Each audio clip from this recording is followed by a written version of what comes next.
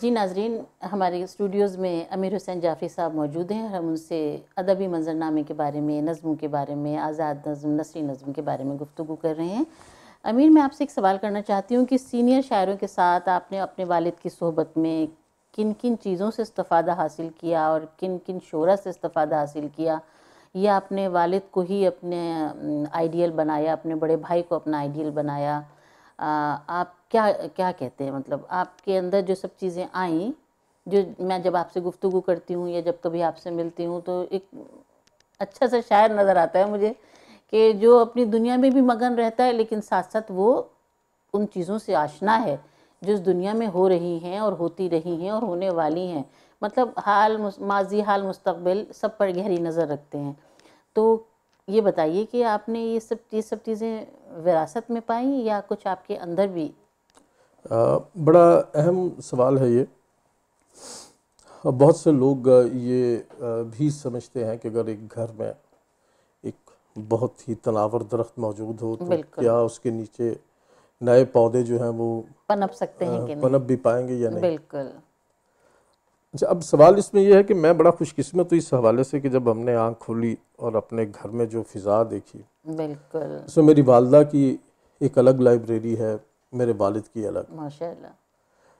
اچھا، میرے ننھیال میں شاعری کا بڑا وہ عربک اور پرشین فارسی کا بہت زیادہ ان کی کمانڈ تھی اس پہ. میرے والد کے جو دوست تھے اس میں بہت قریبی دوست جو تھے ان میں ضیاء الدین ضیاء جو کہ سیف الدین سیف صاحب کے چھوٹے بھائی تھے، اس میں احمد ندیم قاسمی تھے، بالکل احمد فراز تھے. بالکل اپنے آپ میں یہ لوگ ماشاءاللہ ان کے ساتھ. پھر وہ پورا ایک فنون کا ایک جو سلسلہ تھا رسالہ فنون کا، جی اس میں وہاں پہ جو لوگ صلاح الدین محمد، علی عباس جلال پوری، سید محمد کاظم، رشید ملک، آپ حدیجہ جی مستور، جی حاجرہ، مسرور، پروین پروین شاکر، شاکر. اور اس طرح کے یہ جتنے ظہیر بابر تھے. اور اب یہ سب لوگ ہمارے گھروں پہ گھر ان میں کا آنا آنا جانا جانا تھا ان کا، ظاہر ہے. لیکن میرے والد کا ایک تھا کہ میرے والد ایک چیز کے قائل تھے، وہ لکھنے سے زیادہ پڑھنے کے قائل تھے. اور وہ ہمیشہ ایک بات ہم سے کہتے تھے کہ محض انٹیوشن کے زور پہ شعر نہیں کہنا چاہیے. کیا زبردست بات ہے، کیا اور عمدہ بات ہے. ہاں، اور آپ کو مطالعہ کرنا چاہیے. مطالعہ کرنا چاہیے. آپ لکھیں اس وقت جب آپ کو پڑھنا چاہیے، اور مطالعہ ہی ایونچولی آپ کا جو ہے. اور پھر ایک اور اس میں وہ ایک بات کہتے تھے اس کے دو حصے ہیں. ایک ہے لرننگ کا پروسیس، بالکل. آپ سیکھ رہے ہیں، آپ نے پڑھا سب کچھ، آپ کے اطراف میں بہت سے لوگ، یہ لوگ، فضا موجود ہے، ایک ماحول موجود ہے. یہ ایک لرننگ کا پروسیس، لرننگ کا پروسیس ہے، سیکھ رہے. ویسے تو سیکھنے کا عمل ساری زندگی جاری آپ رہتا اس ہے. سے استفادہ کرتے ہیں. بالکل. لیکن اس کے بعد اس کا ایک دوسرا حصہ ہے اور وہ ہے اسے ان لرن کرنا. کہ ان لرننگ کا پروسیس بھی اتنا ضروری ہے کیونکہ آپ کے اوپر وہ اثرات نہ آ جائیں، کہ آپ کے اوپر کسی کی چھاپ نہ آئے، چھاپ نہ آ جائے، آپ کا اپنا ڈکشن واضح ہو، آپ کا اپنا ایک ایریا، آپ ایک اسلوب اپنا آپ کا اسلوب جو ہے. وہ تو واضح میں ہو. یہ سمجھتا ہوں کہ میں بڑا لکی رہا کہ مجھے ایسی فضا ملی اور اپنے والد کی رہنمائی ملی. ڈیفینیٹلی میرے بڑے بھائی منظر حسین اختر اس وقت نظم کے وہ ایک بے مثال شاعر، خوبصورت شاعر. کمال میں نے شاعر، پڑھا ہے ان کو ماشاءاللہ. بے ابھی حال ہی مثال. میں ان کو ایوارڈ بھی جی، ملا. انہیں قومی ادبی ایوارڈ جی ملا. ماشاءاللہ. اور پھر ان کی پنجابی کی کتابوں پہ انہیں وہ گرو نانک ایوارڈ ملا. مسعود کھدر پوش، یہ ہمارے ادھر پنجابی کے بڑے ایوارڈز میں سے ہیں. تو دو کتابیں ہیں ان کی، ایک کتاب پنجابی کی شاعری کی ہے اور ایک اردو شاعری. تو وہ ڈیفینیٹلی اس فضا نے بڑا ہمیں ہیلپ کیا. لیکن اس میں ایک اور بڑی اہم بات ہے، آپ کسی بھی میدان میں، وہ کھیل کا میدان ہو، وہ ادب کا میدان ہو، وہ آرٹس کا ہو، کچھ بھی آپ کو سسٹین اس میں خود کرنا پڑتا ہے. اپنے قدم خود جمانے جمانے پڑتے ہیں. پڑتے ہیں. بالکل. مثلا آپ کے کسی کے کہنے سے آپ نے ایک مشاعرہ پڑھ لیا ہے، یا مثلا اگر بالکل آپ کرکٹر ہیں تو آپ کو کسی نے ایک دفعہ چانس دلوا دیا، چانس دلوا دیا. لیکن پھر آپ کو اپنے کام سے پروف کرنا ہے، وہاں ٹکنا، اگر وہاں پہ گراؤنڈ میں رہنا ہے. وہ آپ کو خود، بالکل.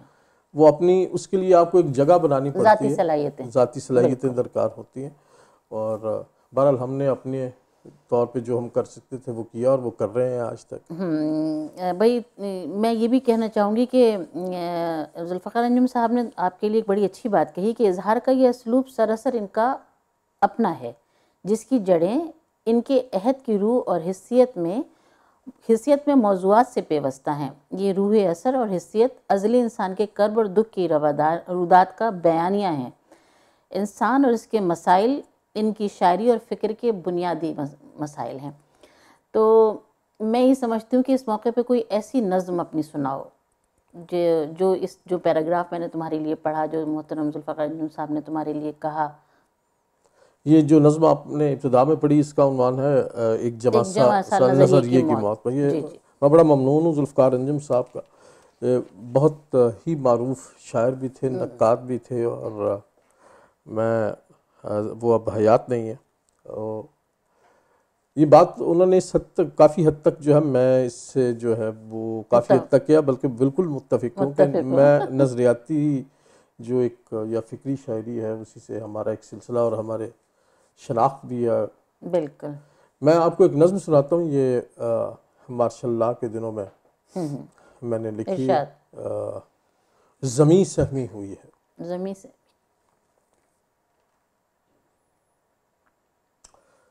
سو یہ طے ہے کہ اب آنکھیں مقرر حد سے آگے کچھ نہ دیکھیں گے. کیا عمدہ ہے، پہلی لائن ہی اتنی جاندار ہے ماشاءاللہ. سو یہ طے ہے کہ اب آنکھیں مقرر حد سے آگے کچھ نہ دیکھیں گے.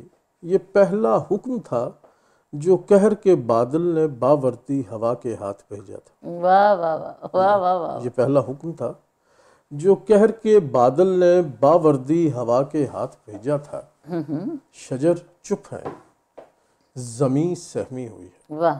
شجر چپ ہیں، زمیں سہمی ہوئی ہے. چپ ہے، زمیں سہمی ہوئی ہے. پچھلے دروازے سے آنے والوں کے قدموں کی آہٹ سے زمیں سہمی ہوئی ہے. واہ واہ واہ واہ. پچھلے دروازے سے آنے والوں کے قدموں کی آہٹ سے زمیں سہمی ہوئی ہے. اور شجر اس حکم نامے کی عبارت کو اسی حیرت سے تکتے ہیں جو اس تحریر کو پڑھتے میرے اسلاف کی آنکھوں میں مثل اشک پھیلی تھی. واہ واہ واہ. میرے اسلاف بزدل تھے نہ میں کم دل. میرے اسلاف بزدل تھے نہ میں کم دل کہ اپنے خواب تج ڈالوں. بس اتنا ہے کہ ایک وعدہ نبھانا ہے، نظر کی آخری حد سے مجھے پہرا ہٹانا. واہ واہ واہ، کیا عمدہ ہے. ماشاءاللہ ماشاءاللہ، بہت خوبصورت، بہت ہی خوبصورت. اچھا یہ بتائیے، آج کل فیس بک کے بارے میں پہلے تو بتائیے کیا خیال ہے، اور اس پہ شاعروں کی تعداد کچھ زیادہ بڑھتی جا رہی ہے. کوئی ایک نظم یا ایک شعر کہتا نہیں کہ خود کو معتبر شعراء کی فہرست میں لا کے کھڑا کر دیتا ہے. اور آپ نے یہ بھی دیکھا ہوگا کہ آج کل کچھ شہرت حاصل کرنے کے لیے کنٹروورشل بات کرنی ضروری ہے، وہاں پہ کچھ لکھ دینا ضروری ہے کہ لوگ متوجہ ہوں. تو یہ سب کیا ہے، مطلب آپ کا اس بارے میں کیا خیال ہے؟ فیس بک جو ہے نا وہ آزادی اور آزادہ روی، اور یہ ایک ہم دیکھتے ہیں کہ ایک عجیب سے تو ملی جلا ایسا ایک ہمیں ایک رویہ دیکھنے کو ملتا ہے. لیکن میری رائے اس کے بارے میں یہ ہے کہ اس کی بہت اچھائیاں بھی ہیں، لیکن خامی یا پرابلم اس کے ساتھ یہ ہے کہ اس پہ جو چیزیں آتی ہیں وہ ان ایڈیٹڈ آتی ہیں. مثلا بالکل صحیح. میرا جی ایک واز اے بورن ایڈیٹر. ہاں وہ شاعر ڈیفینیٹلی ایک بڑا شاعر اور نظم کے حوالے سے ان کی ایک شناخت تھی، لیکن وہ ایک تنقید، بہت عمدہ تنقید نگار تھے، اور ان کے اندر ایک بہت اچھا ایڈیٹر موجود تھا. بالکل. احمد ندیم قاسمی کے اندر ایک بہت عمدہ ایڈیٹر، شاعر، تخلیق کار، یہ ان کے ایک الگ وہ ایک ہے حصہ. لیکن بطور ایڈیٹر ان کی ایک شناخت تھا. ہوتا کیا ہے، جب آپ کسی ایک ایڈیٹر کو کوئی چیز بھیجتے ہیں تو وہ اسے دیکھتا ہے. پہلے تو یہ دیکھتے ہیں کیا یہ اشاعت کے قابل بھی ہے یا نہیں. بالکل، سب سے پہلی چیز تو بنیادی چیز تو یہی ہے. پھر اچھا اگر اس میں کچھ ایسے معاملات ہیں جو کہ وہ شاعری یا کلام اگر اس معیار کا نہیں ہے، یا اس پہ کسی لیول پہ وہ معیاری ہے مگر اس میں کسی لیول پہ اصلاح کی ضرورت ہے، تو وہ اچھا وہ ایڈیٹر کا ایک پورا جو رول تھا وہ فیس بک کی وجہ سے وہ فوت ہو گیا. بالکل ختم ہو گیا. اس کا مطلب یہ ایک ٹریڈیشن، ایک روایت کا خاتمہ ہو گیا. بالکل. اب لوگ آزاد ہیں، جو چاہے لکھ دیں، جو کچھ بھی کر لیں. یہی سبب ہے کہ جب ہم دیکھتے ہیں کہ اتنی جو شاعری اور وہ لوگ سامنے آ رہے ہیں اور وہ کوئی شناخت نہیں قائم کر پا رہے اپنی. بالکل. اچھا اب اس میں ایک اور وہ آپ کو مجھ سے لوگ اکثر سوال کرتے ہیں کہ پاکستان میں اچھی شاعری ہوتی ہے یا انڈیا میں اچھی شاعری ہوتی ہے. چلیں یہ بحث تو ایک اپنی جگہ پہ الگ ہے، لیکن اچھی شاعری جو ہے نا مجموعی طور پہ پاکستان میں اچھی شاعری ہوتی ہے. لیکن سوال یہاں پہ بڑا ایک عجیب ہے آج کے ایک شاعر کے لیے کہ اب محض اچھی شاعری سے آپ روایت میں زندہ نہیں رہ سکتے، آپ کو مختلف اور بڑی شاعری کرنی ہوگی. بالکل. اچھی شاعری تو بہت، آپ فیس بک دیکھیے اچھی شاعری ہو رہی ہے، کمزور شاعری ہو رہی ہے، بری شاعری، ان ایڈیٹڈ شاعری آ رہی ہے. ہاں بالکل. اچھا پھر کیا وجہ لوگ اپنی کوئی شناخت نہیں قائم کر رہے؟ شناخت نہیں قائم کر، کیا وجہ ہے؟ اچھا پھر ایک اور ہے کہ بہت سے لوگوں نے یہ اختیار حاصل کر لیا فیس بک کے ذریعے، یہ خود ساختہ کہ ہم جو چاہے کسی رائے کا اظہار کریں، اسے ایک جمہوری رویے کو ادبی رویے کے ساتھ جوڑ دیا گیا ہے کہ میرا ایک فریڈم آف ایکسپریشن ہے. بھئی آپ سیاست کیجئے جا کے.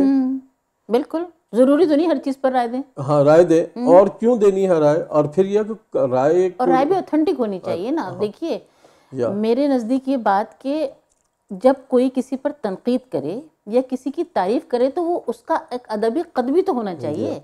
بات کرنے والے کا بھی تو ایک میں جو کہنا چاہ رہی ہوں آپ سمجھ رہے ہیں کہ جیسے وہ اگر کسی پر تنقید کر رہا ہے تو اس کو یہ حاصل ہو، اتنا کمال حاصل ہو کہ وہ تنقید کر سکے، اتنا کمال حاصل ہو کہ وہ تعریف کر سکے. اور اس میں ایک اور کچھ لوگ ایسے ہیں جو صرف محض داد دینے کے لیے ہیں فیس بک پہ.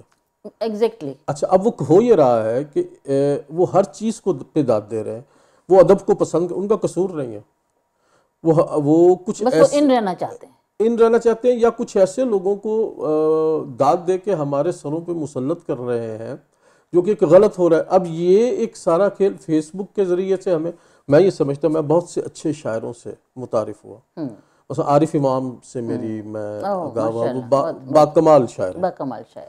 اچھا اسی فیس بک پہ مجھے امریکہ کے جو کچھ شاعروں سے میرا رابطہ رہتا ہے، یورپ کے شعراء سے رابطہ رہتا ہے، مثلا حسین عابد سے میرا رابطہ رہتا ہے، اور مسعود قمر ہیں، وہ یہ سب یورپ کے لوگ ہیں، اور برطانیہ میں کچھ لوگ ہیں ان سے ہمارا رابطہ، اور وہاں پہ بہت اچھے شعراء موجود ہیں. جاوید انور مرحوم سے میرا رابطہ رہتا تھا، وہ آسٹریا میں تھا. شیراز راج سے رابطہ رہتا تھا، وہ برسلز میں ہے.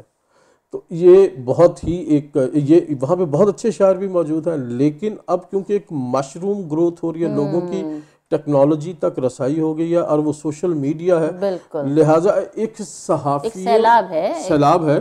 اور ایک جو صحافیوں کا رویہ ہے وہ اب ادب میں بطور تنقیدی رویے کے وہ اپنی ایک جگہ بنا رہا ہے. میں یہ سمجھتا ہوں کہ یہ نامناسب ہے، لیکن یہ ہے کہ لوگوں کی رسائی ضرور ہے. اب آپ کی چیزیں پبلش، آپ کو کسی رسالے کی ضرورت نہیں. ابھی میرے پاس ایک اور سوال ہے، لیکن ناظرین ہم ایک چھوٹا سا بریک لیتے ہیں اور اس گفتگو کو یہیں سے جوڑیں گے جہاں سے منقطع ہوا ہے. آتے ہیں بریک کے بعد.